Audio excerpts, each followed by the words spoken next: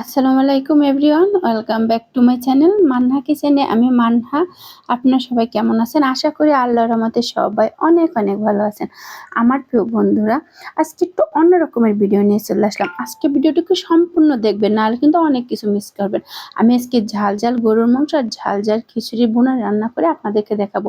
আজ অনেক বৃষ্টি ছিল, আর বৃষ্টিতে বাসার সবাই বললো আজকে খিচুড়ি এবং গরুর মাংস খাবে, তাই এই দুটো রেসিপি রান্না করলাম, মাধ্যমটাই আপনাদের কাছে শেয়ার করলাম। চলুন ভিডিওটি শুরু করা যাক। সম্পূর্ণ ভিডিওটি দেখলে অনেক কিছু শিখতে পারবেন।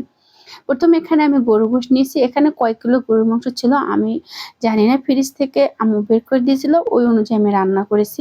তারপর গরুর মাংসটা সুন্দরভাবে ধুয়ে পানিটা অনেকক্ষণ ঝরিয়ে তারপরে আমি এখানে নিয়ে নিলাম।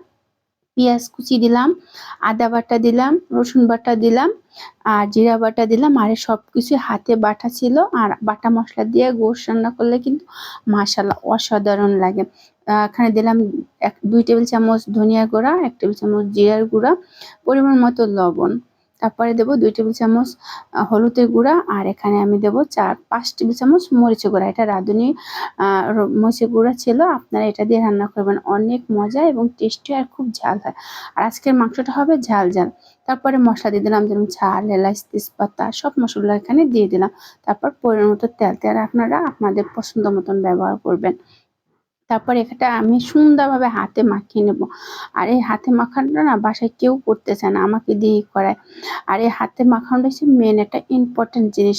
হাতে মাখিয়ে এরকম গোশ রান্না করলে না অসাধারণ টেস্টি এবং মজাদার হয়। সম্পূর্ণ ভিডিওটি থাকবেন সাথে, তাহলে কিন্তু অনেক কিছু আজকে মজার মজার ইয়েমি জিনিস দেখতে পাবেন। হাতে মাখিয়ে এবার এটা আমি ঢেকে চুলার উপরে দিয়ে দিব। আর এখানে আমি খিচুড়ির জন্য নিয়েছি চাল। এটা আমরা সবসময় রান্না করে যে চালটা খাই না, ওটা নিয়েছি। ডাল নিয়েছি 3 পদে, মসুরি ডাল, অ্যাঙ্কার ডাল আর মুগ ডাল। মুগ ডালটা কিন্তু আমি একটু ভেজে নিয়েছিলাম। তারপরে এখন এটাকে সুন্দরভাবে কয়েকবার, আমি প্রায় 7 থেকে 8 বার ভালো করে ধুয়ে নিয়েছিলাম। আমি কোনো জিনিস যদি ধুতে যাই তাহলে এটা ধোয়া মোটে শেষই হবে না, অনেকক্ষণ বসে আমি ধুই। আর ইম্পর্টেন্ট কিন্তু একটা পার্ট এগুলো ধোয়া, কারণ ভালো করে এটাকে ডাল চাল সুন্দরভাবে ধুয়ে একটু আমি পানিটা ঝরিয়ে নিব।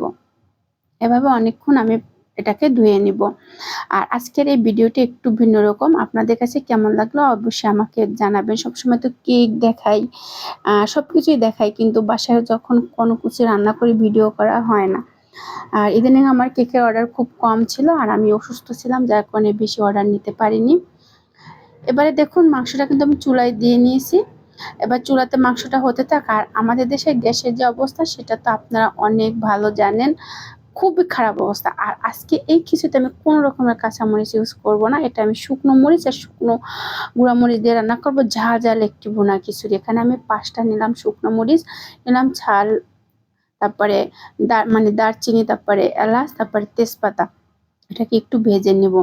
অবশ্যই কিন্তু খেয়াল করবেন যে খিচুড়িটা আমি কেমন রান্না করে নিলাম। 1 টেবিল চামচের মতন আস্ত জিরা। আর এই খিচুড়িটা না এত মজা হয়েছিল, মানে সবাই বলেছিল। কিন্তু খিচুড়িটা একটু লেটকা হয়ে গেছিল, একদম ভুনা হয়নি। এই কারণে আমাদের এখানে না গ্যাস থাকে না, আর ননস্টিকের পাতিল ছাড়া না, কারেন্টের ছাড়া রান্না করলে সেরকম ভালো না। আর পাতিলটা অনেক বড় ছিল, বাট এরকমই চুলাতে আমি রান্না করেছিলাম, কিন্তু অনেক কষ্ট হয়েছিল। এখন এখানে পরিমতো লবণ দিয়ে দিলাম, জিরা বাটা, আদা বাটা, রসুন বাটা। আমি ঘষে যেসব মশলাগুলো ব্যবহার করেছি এখানেও সেই মশলাই ব্যবহার করেছি। এবার মশলাটাকে সুন্দরভাবে একটু ভেজে নিব। কিছুক্ষণ ভেজে নিলে মশলাটা থেকে একটা মানে অনেক সুন্দর ফ্লেভার বের হবে। আর এরকম ঝাল ঝাল খিচুড়ি একটু রান্না করে খাবেন সবাই বাসায়। তারপরে এখানে দিয়ে দিলাম হলুদের গুঁড়া দিলাম প্রায় 3 টেবিল চামচ। তারপরে দিলাম ধনিয়া গুঁড়া, জিরার গুঁড়া। তারপরে এখানে আমি দেবো মরিচের গুঁড়া। মরিচের গুঁড়োটা ছিল রাঁধুনির, খুব সুন্দর না। আর এখানে মরিচের গুঁড়া দিলাম 4 টেবিল চামচ। এবার একটু পানি দিয়ে মশলাটাকে সুন্দরভাবে 5 থেকে 7 মিনিট বা 8 মিনিট যতক্ষণ পারেন সুন্দরভাবে কষিয়ে নেবেন। আর আমি যে গরু গোশ রান্না করেছিলাম ওখান থেকে আমি কয়েক টুকরা তেল, চর্বিটা যেটা থাকে না ওইটা কুচি করে নিয়েছি, সেটা এখানে দিয়ে দিলাম। আর এটা দিলে না খিচুড়িটা অনেক টেস্ট এবং মজাদার হয়। আর এদিকে দেখুন আমার মাংস কিন্তু কষিয়ে নিতেছে, এখন কিন্তু কষায় অনেক পানি বের হয়েছে না, পানিটা শেষ হয়ে শুকায় যাবে। তারপরে এখানে আমি আলু দিয়ে আর একটু কষে তারপরে এখানে আমি পরিমাণ মতো যতটুকু আমি ঝোল রাখবো সেই পরিমাণ মতো পানি দিয়ে দিব। আর পুরা গোশটাই আমি কারেন্টের চুলায় রান্না করেছিলাম। আমাদের দেশের অবস্থা এখন অনেক খারাপ। আমাদের মানে কি বলবো, এদিকে গ্যাসও নষ্ট মানে পাই না, এদিকে কারেন্ট অপচয় হচ্ছে। গ্যাস বিলও দিতে হচ্ছে, আবার কারেন্ট বিলও দিতে হচ্ছে। মানে আমাদের দেশের অবস্থা অনেক খারাপ। আমরা ঢাকায় যারা আছি এখন খুবই মুশকিল এবং খুবই কষ্টে আছি। এবারে দেখুন আমি সুন্দরভাবে মশলাটা এরকম কষিয়ে নেব। কষাতে, কষাতে দেখবেন একদম কালার চেঞ্জ হয়ে গেছে। তখন আমরা এখানে চালটা, ডালটা মেশানো যে ধুয়ে রেখেছিলাম ওটা আমি দিয়ে দেবো। আর এটা আমি একটু পানিটা ঝরিয়ে নিয়েছি আর সুন্দরভাবে ধুয়ে নিয়েছি। এবার এখন এটাকে আমি সুন্দরভাবে কষিয়ে নেব। আর এটাও কিন্তু আমি এখানে একটু পানি ব্যবহার করব, তারপর ঢেকে কয়েকবার আমি এটা নেড়ে চেড়ে এভাবে কষিয়ে নেব। এটাকে কষিয়ে নিলে অনেক সুন্দরভাবে এটার থেকেও একটা ফ্লেভার বের হবে। আর ফ্লেভারটা এত ভালো বের হয়েছে। আর এখানে কিন্তু আমি দিয়েছিলাম আপনাদের মানে স্কিপ হয়ে গেছে ৩ টেবিল চামচ ঘি। অবশ্যই ঘিটা যদি বাসায় থাকে দিবেন। ঘিটা দিলে না এই খিচুড়িটা আরো টেস্টি এবং মজাদার হবে। আর গরম পানিটা অবশ্যই ব্যবহার করবেন। এখানে আমি আর পরিমাণ মতো পানি দেব, গরম পানি দিব। আর গ্যাসের যে কি খারাপ অবস্থা ছিল এই খিচুড়িটা রান্না করতে আমার ৩ ঘন্টা ৪ ঘন্টা লেগেছিল। মানে জাল না জ্বললে যা হয়, চুলার আগুন না জ্বললে যা হয়, মানে কি বলবো, পানিটা টানতে অনেক সময় লেগে গেছে, যার কারণে ভুনা ভুনা খিচুড়িটা হয়নি। কিন্তু খিচুড়িটা মাসাল্লাহ অনেক টেস্টি এবং খুবই মজাদার হয়েছিল। আর যেহেতু এটা ননস্টিকের পাতিলে কারেন্টের চুলায় রান্না করতেছি, খুব দ্রুতই গোশটা হয়ে যাচ্ছে। আর গোশটা কালারটা কেমন হয়েছে কমেন্ট করে জানাবেন। দেখুন মাশাল্লাহ একটা অসাধারণ কালার চলে আসছে। এখানে আমি বড় বড় করে কয়েকটা আলু টুকরা করে রেখেছিলাম, সেটা এখানে দিয়ে দেবো। আলুটা দেবো এ কারণে, আর এদিন এত বৃষ্টি ছিল, বাইরের পরিবেশটা দারুণ এবং জোর ছিল।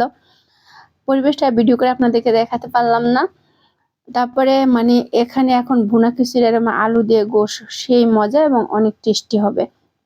প্রিয় বন্ধুরা, আমার ভিডিওটি ভালো লেগে থাকলে লাইক দিয়ে কন্টিনিউ করবেন। আমার চ্যানেলে প্রথমবার কেউ ভিজিট করে থাকলে অবশ্যই সাবস্ক্রাইব করে অল বাটনে ক্লিক করে রাখবেন, যাতে আমি ভিডিও আপলোড করার সাথে সাথে আপনারা পেয়ে যান আর আপনাদের সময় মতন দেখে নিতে পারেন।